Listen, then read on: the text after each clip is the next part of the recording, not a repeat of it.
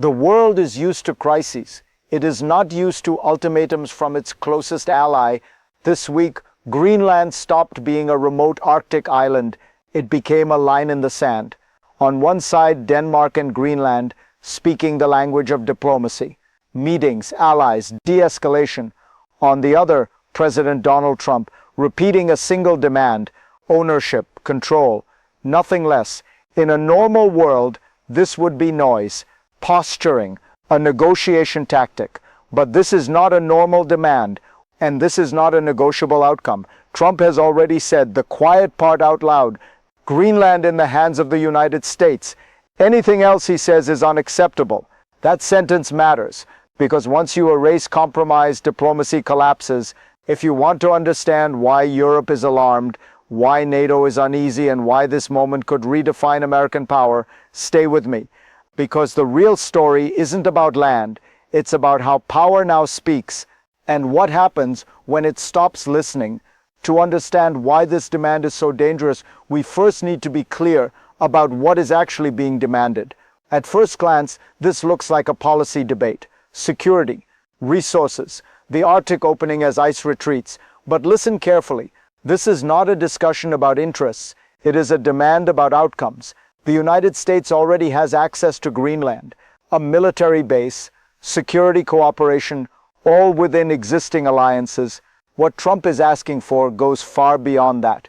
Not influence, not partnership, but ownership and control. That distinction changes everything, because once a great power insists that an ally must surrender territory, the issue is no longer strategy. It becomes sovereignty. Denmark cannot negotiate its own disappearance from the equation. Greenland cannot vote away its future under threat. Diplomats may try to lower the temperature, but Trump's language raises it again and again. Easy way, hard way. Those words narrow the space for diplomacy until it vanishes. This is why no meeting can resolve the tension.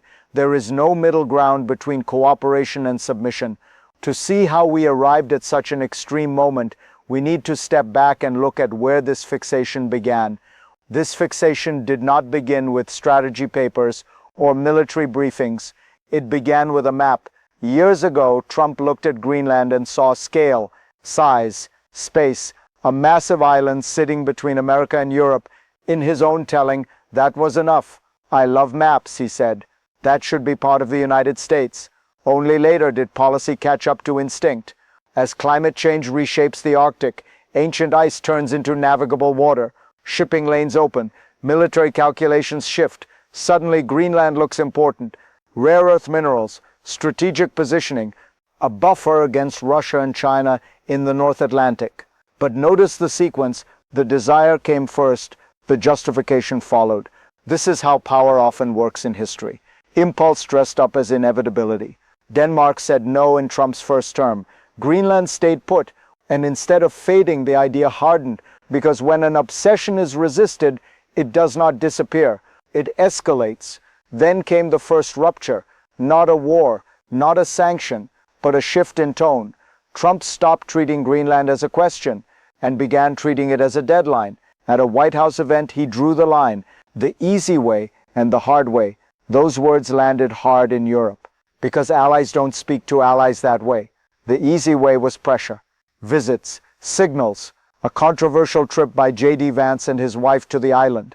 Then came reports of something more blunt: money, tens of thousands of dollars to each Greenlander, in exchange for breaking away from Denmark. Diplomacy began to look like coercion.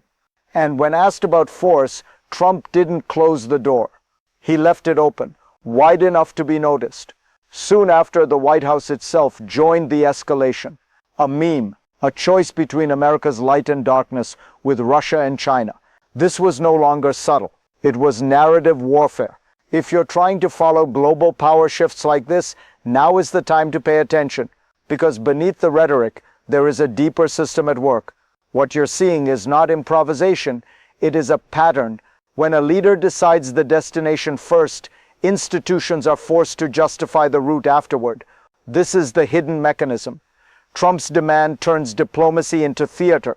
Meetings still happen, handshakes still occur, but the outcome is already declared. That creates a dangerous asymmetry.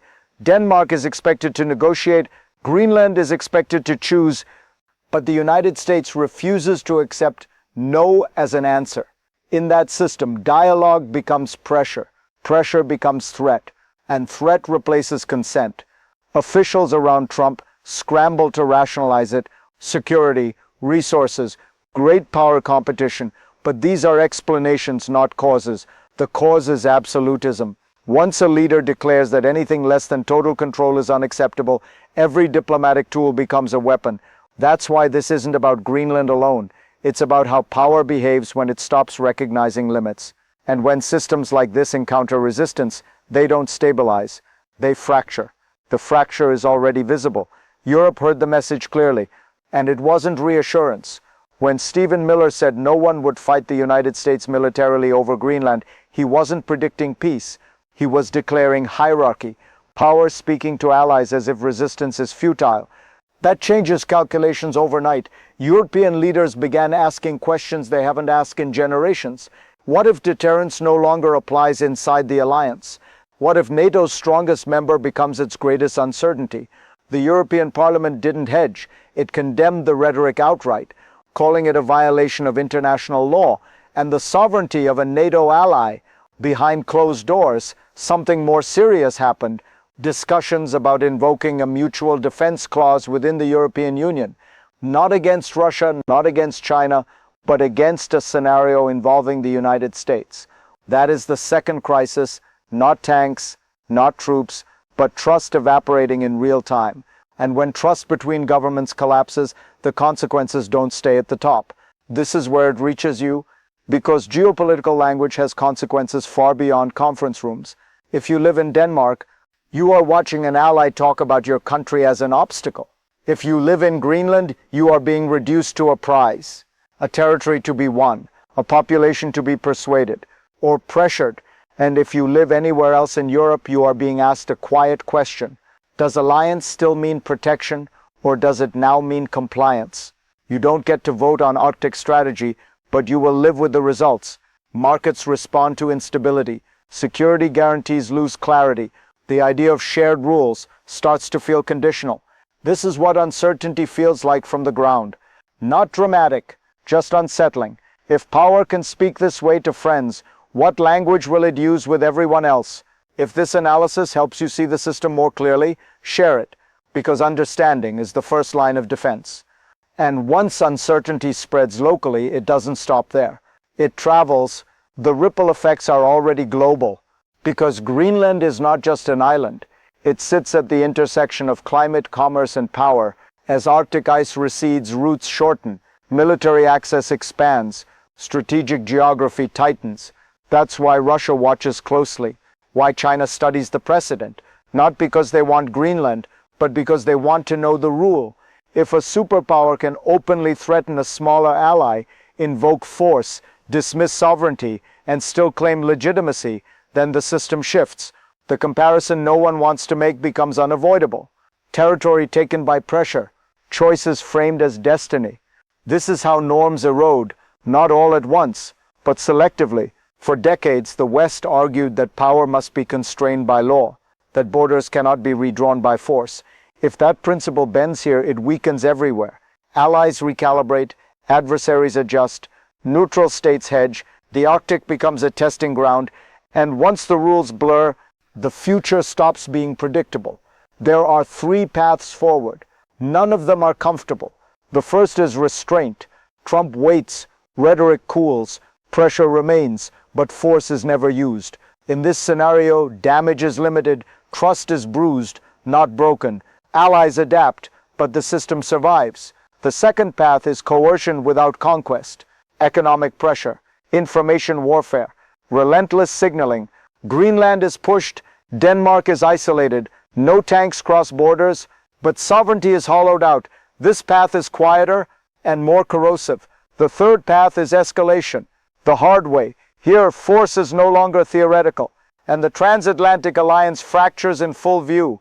The moral cost would be immense, the strategic cost unpredictable. History shows us this truth. When great powers abandon limits, they don't gain control. They inherit chaos. Which path emerges depends on one variable. not geography, not resources, time, and that brings us to the question that matters most, what this moment reveals about power itself. This moment tells us something uncomfortable. Power no longer asks, it declares. Trump's demand for Greenland is not shocking because it is bold. It is shocking because it allows no alternative. In the past, American strength was persuasive. It built coalitions. It made compromise possible. Now the message is different.